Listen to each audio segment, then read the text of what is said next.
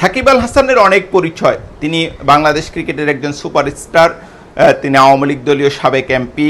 তার বিরুদ্ধে দুর্নীতি, শেয়ার কেলেঙ্কারি সহ নানা রকম অভিযোগ রয়েছে। তো সেই সাকিব আল হাসান 1 বছর ধরে বাংলাদেশ ক্রিকেট থেকে নির্বাসিত। আমরা যেটা দেখি যে তিনি আওয়ামী লীগের এমপি ছিলেন, সেটা খুবই একটা বড় বাস্তবতা। যদিও জুলাই অভ্যুত্থানের সময় তিনি দেশের বাইরে ছিলেন, কিন্তু যখন বাংলাদেশে শিশুদেরকে হত্যা করা হচ্ছে, যখন বাংলাদেশের রাজপথ রঞ্জিত, তিনি তখন মাস্তি করে বেড়াচ্ছিলেন এবং সেই ছবি তার সোশ্যাল মিডিয়াতে শেয়ার করছিলেন। সে সময় সেটা নিয়ে তীব্র প্রতিক্রিয়া হয়েছিল এবং গত 1 বছরের এত ঘটনা প্রবাহের পরও সাকিবের জীবনে যে কোনো পরিবর্তন হয়নি।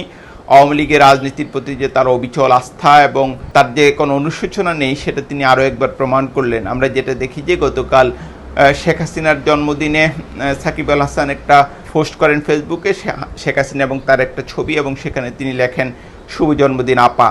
অনেকেই বলে থাকেন যে আফা ধর্মে যারা বিশ্বাসী তাদের আসলে কখনো কোনো অনুশোচনা হয় না, কখনো কোনো পরিবর্তন হয় না এবং তারা সত্য স্বীকার করেন না। সাকিব আল হাসানের গতকালের ফেসবুক পোস্ট সেটার একটা প্রমাণ হিসেবে হাজির হয়। আবার অনেকে বলেন যে আওয়ামী লীগ যে এখন তার যে ইমেজ ক্রাইসিস, সেটা পুনর্নির্মাণের জন্য তারা সাকিব আল হাসানকে ব্যবহার করেছেন। সে যাই হোক, সেটা অন্য কথা, কিন্তু এটা নিশ্চিত করেই বলা যায় যে আফা ধর্মে তার যে বিশ্বাস এবং রক্তাক্ত একটা অধ্যায়ের পর তার মধ্যে যে কোনো অনুশোচনা নেই, সেটা তিনি স্পষ্ট করেছেন। তারপর আমরা যেটা দেখি যে উপদেষ্টা আসিফ মাহমুদ ভূঁইয়া তিনি ফেসবুকে একটা পোস্ট দেন এবং দৃশ্যত আসলে সাকিবকে ইঙ্গিত করেই যে লেখেন যে একজনের পুনর্বাসনের বিরোধিতা করে গেছি, অনেকে আমাকে গালি দিয়েছেন, কিন্তু আমি যে সঠিক ছিলাম সেটা প্রমাণ হলো।